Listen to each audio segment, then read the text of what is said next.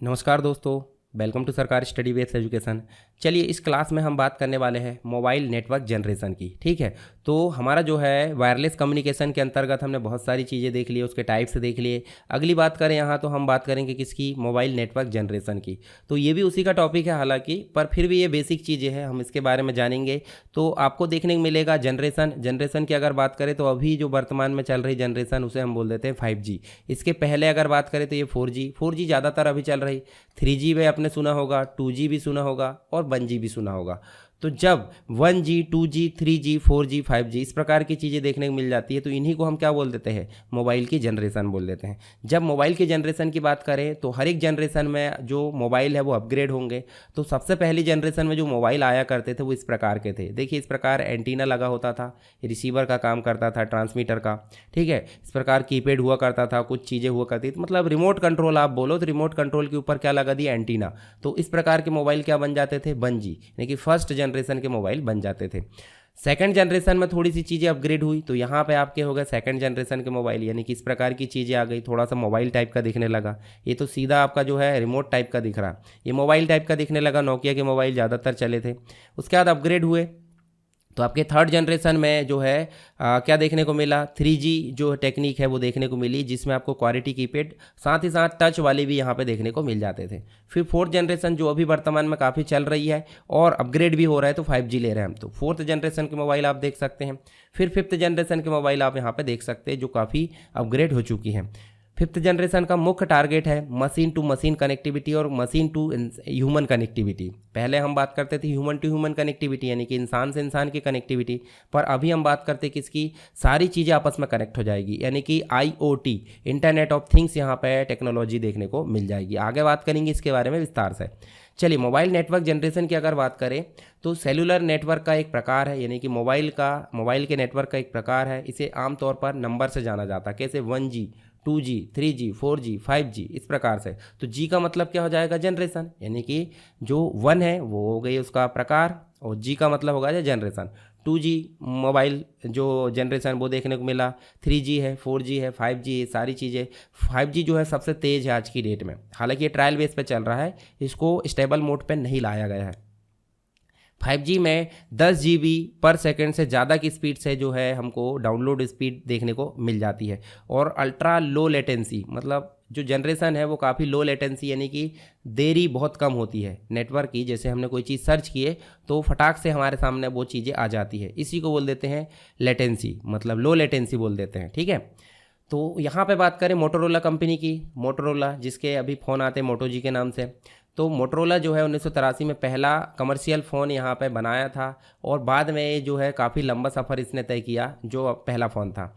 यह तकनीक जो है प्रोटोकॉल सेवा सर्विसेज की पेशकश या स्पीड को मोबाइल टेलीफोनी में परिवर्तित मोबाइल कम्युनिकेशन की पीढ़ी के रूप में दर्ज की गई। साथ ही हम देखें तो हम इन पीढ़ियों की बुनियादी विशेषताओं पर चर्चा करते हैं। तो सबसे पहली अगर बात करें तो आपको 1980 के आसपास, अभी कंफर्म नहीं है, 1979 भी हो सकता है, 80, तो 80 के आसपास लगभग आप याद रखिए जब आई थी 1G फर्स्ट जनरेशन, जिसमें आपको सिर्फ वॉइस कॉल मिलता था, वो भी एनालॉग और डिजिटल आप समझते होंगे, एनालॉग वॉइस कॉल मिलता था। 2G आया तो 2G में आपको 1990 के आसपास के दशक में आया ये, तो देखिए आपको डिजिटल वॉइस यहाँ देखने को मिला, मतलब इसी का अपग्रेडेड वर्जन, स्पीड भी काफ़ी अच्छी हो गई थी, डिजिटल वॉइस, साथ में इसमें टेक्स्ट मैसेज की फैसिलिटी देखने को मिल गई। और मोबाइल के जो मतलब जो वर्जन है वो भी चेंज होते जा रहा है। फिर सन 2000 के आसपास की बात करें तो 3G टेक्निक आई, 3G जनरेशन आई, हाई स्पीड यहाँ पे वायरलेस कनेक्शन देखने को मिला, वॉइस के साथ साथ टेक्स्ट तो ठीक था, वहाँ पे इंटरनेट की फैसिलिटी भी देखने को मिल गई, किसमें, 3G में, थर्ड जनरेशन में। 2010 के आसपास जो आई वो आपकी आई फोर्थ जनरेशन के मोबाइल आए, फोर्थ जनरेशन टेक्नोलॉजी आई, जिसमें जो 3G है 3G से काफ़ी फास्ट थी, साथ में यहाँ मतलब वॉइस है, टेक्स्ट है, इंटरनेट है और साथ में यहाँ पे वीडियो की फैसिलिटी भी देखने को मिल गई। इसके अलावा 5G टेक्नोलॉजी आई 2020 के आसपास। तो all device will be able to connect to the internet, जितनी भी डिवाइसेस थी, चाहे वो घड़ी हो मतलब वॉच हो, चाहे वो आपका स्मार्ट बैंड हो या फिर आपका चश्मा हो या फिर आपका बहुत सारी चीज़ें डिवाइसेस आ गई, ईयरफोन है, सारी चीज़ें किससे कनेक्ट होने लगी, इंटरनेट से। तो इसी टेक्नोलॉजी के अंतर्गत हम देखें तो 5G कहलाती है। तो यहाँ देखिए IoT बहुत सारी चीज़ें आपको देखने को मिल जाती है। तो ये बेसिक चीज़ें थी किसकी, आपकी जनरेशन की। थोड़ी सी हम जो है और विस्तार से जान लेते हैं। तो ये 1G आप देख लेना यहाँ पे एक बार पढ़ के, फर्स्ट जनरेशन के जो थी एनालॉग सिग्नल में काम करती थी। उसके अलावा जो है AMPS यानी कि एडवांस मोबाइल फ़ोन सर्विस या एनालॉग सिग्नल टेलीफोन को सबसे पहले इसी में यानी कि 1G के अंतर्गत USA में लॉन्च किया गया था। इसके अलावा बहुत कम लोग जानते थे पुराना जो है सेलुलर नेटवर्क सिस्टम है, जो पहली बार जो है मोबाइल नेटवर्क जनरेशन की शुरुआत हुई थी और काफ़ी महंगे फ़ोन हुआ करते थे इस समय। 1980 के आसपास इसको लॉन्च किया गया था। ठीक है, ये चीज़ें आप देख लेना। और बहुत सारी इसकी लिमिट्स थी, हालांकि शुरुआत में लॉन्च हुई थी तो काफ़ी अच्छी मानी जाती थी, पर सेकंड आने के बाद जो है कोई भी चीज़ें, मान लो 1G में देखिए 1G की कमियों को अगर देखें तो हम 2G को लॉन्च कर देंगे तब 1G की कमी देखने को मिलेगी, यानी कि हम 2G लाएंगे तभी 1G की कमी मिलेगी और 3G लाएंगे तब 2G की कमी मिलेगी। ठीक है, तो ये चीज़ें आपको देखने को मिल जाती है। इसके अलावा देखिए यहाँ पे हमको 2G टेक्नोलॉजी देखने को मिल जाती है, जिसमें टेक्स्ट के साथ साथ जो है मतलब हमको वॉइस कॉल के साथ साथ SMS की फैसिलिटी मिल गई और MMS की। ठीक है, मल्टीमीडिया मैसेज की फैसिलिटी भी हमको देखने को मिल जाती है। डिजिटल वॉइस, यहाँ पे डिजिटल जो नेटवर्क है वो देखने को मिल जाता है, जो कि काफ़ी सुरक्षित था और काफ़ी अच्छी क्वालिटी में था 1G की अपेक्षा। ठीक है, 1990 के आसपास इसको लॉन्च किया गया था। GSM को फुल फॉर्म बताएंगे आप, ठीक है, कमेंट बॉक्स में आगे, हालांकि इसके बारे में बात करेंगे, पर आप अगर बता सकते हैं तो बता दीजिए। एक और होता है CDMA, क्या होता है CDMA, एक होता है GSM और एक होता है CDMA, दोनों का आंसर आप बताएंगे कमेंट बॉक्स में फुल फॉर्म। ठीक, इसकी स्पीड आप देखोगे तो आपको 60 kb/s देखने को मिलेगी। सेकंड जनरेशन जो मोबाइल टेलीफोन टेक्नोलॉजी है वो कॉल के साथ साथ टेक्स्ट है, पिक्चर है या पिक्चर मैसेज, इंटरनेट सेवा, ये सारी चीज़ें यहाँ पर शुरुआत हो गई, परंतु उतना ज़्यादा अपग्रेड नहीं था ये। ठीक है, मल्टीमीडिया मैसेज के मामले में उतना ज़्यादा अपग्रेड नहीं था। फिनलैंड में इसको लॉन्च किया गया था सबसे पहले 1991 में। साथ ही डिजिटल सिग्नल का उपयोग करती है एनालॉग के बजाय। इंटरनेट स्पीड हमने देख ली यहाँ पे। ठीक है, ये सारी चीज़ें यहाँ पे, ठीक है, वॉइस कॉल प्रदान करती है 1G की अपेक्षा अच्छी क्वालिटी में। अब बात करते हैं 2G के बाद उसकी अगली पीढ़ी, जिसका नाम है 2.5 यानी कि 2.5 यानी कि 2.5G या 2.75।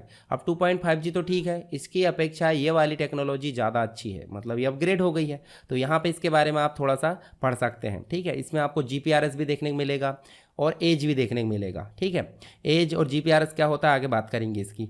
वायरलेस एप्लीकेशन प्रोटोकॉल, MMS के आने जाने, ईमेल तथा वर्ल्ड वाइड वेब एक्सेस, ये सारी फैसिलिटी हमको मिल गई 2.5G में। ठीक है, इंटरनेट कम्युनिकेशन सेवा यहाँ पे देखने को मिल गई।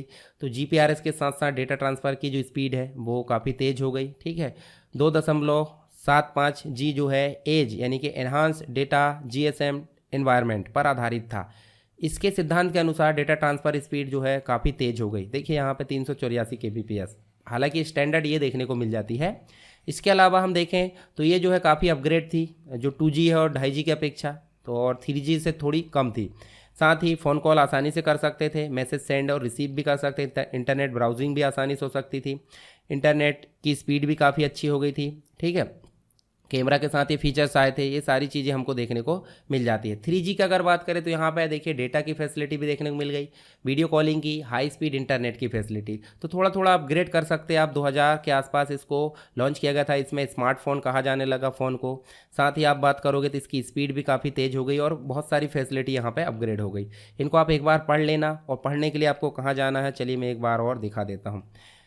ठीक है, देखिए आपको जाना है, आप URL में देखिए sarkarstudywaves.com, इसमें जाना है, कंप्यूटर नोट्स में PGDCA के अंतर्गत जाना है आपको। IT टेंस है, जो भी सब्जेक्ट पढ़ना आप ऐसे क्लिक कर दीजिए।